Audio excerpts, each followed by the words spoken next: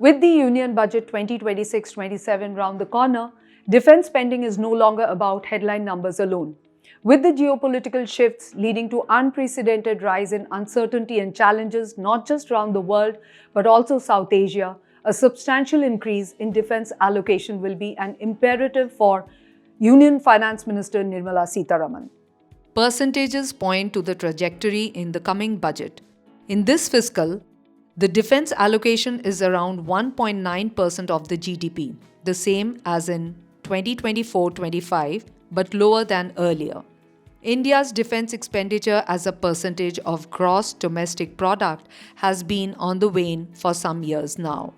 Ever since 2020-2021, when it was 2.4%, the allocation has been coming down. According to information provided by the Ministry of Defence in July, it wants the share of defence expenditure in GDP to rise to 2.5% in the coming budget. The demand for a higher budgetary allocation to defence precedes Operation Sindoor. Notwithstanding the decrease in defence spending measured against the GDP, the outlay has been increasing year after year in absolute terms. In Budget 2025-26, an outlay of over Rs 6,81,000 crore had been allocated to the Ministry of Defence, therefore registering an increment of 9.53%, the highest allocation out of all the ministries.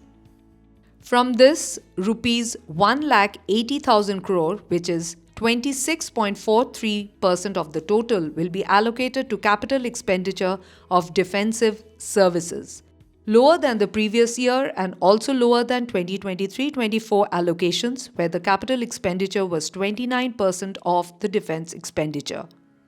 Defense spending not only represents a decreasing share of GDP, but also the outlay of total defense budget.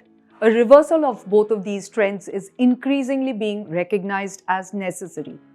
The Make in India initiative is also being propelled by the sector by easing rules, adopting new construction technologies and faster approvals.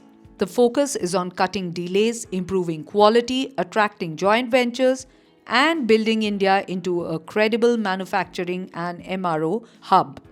The year 2025 closed on a brighter note, with the Defence Acquisition Council clearing capital acquisition proposals worth nearly Rs 79,000 crore. The expectations have risen and the task is now two-pronged. With hopes of greater allocations from the FinMin, the Ministry of Defence has to make sure that the capital expenditure allocation is optimized.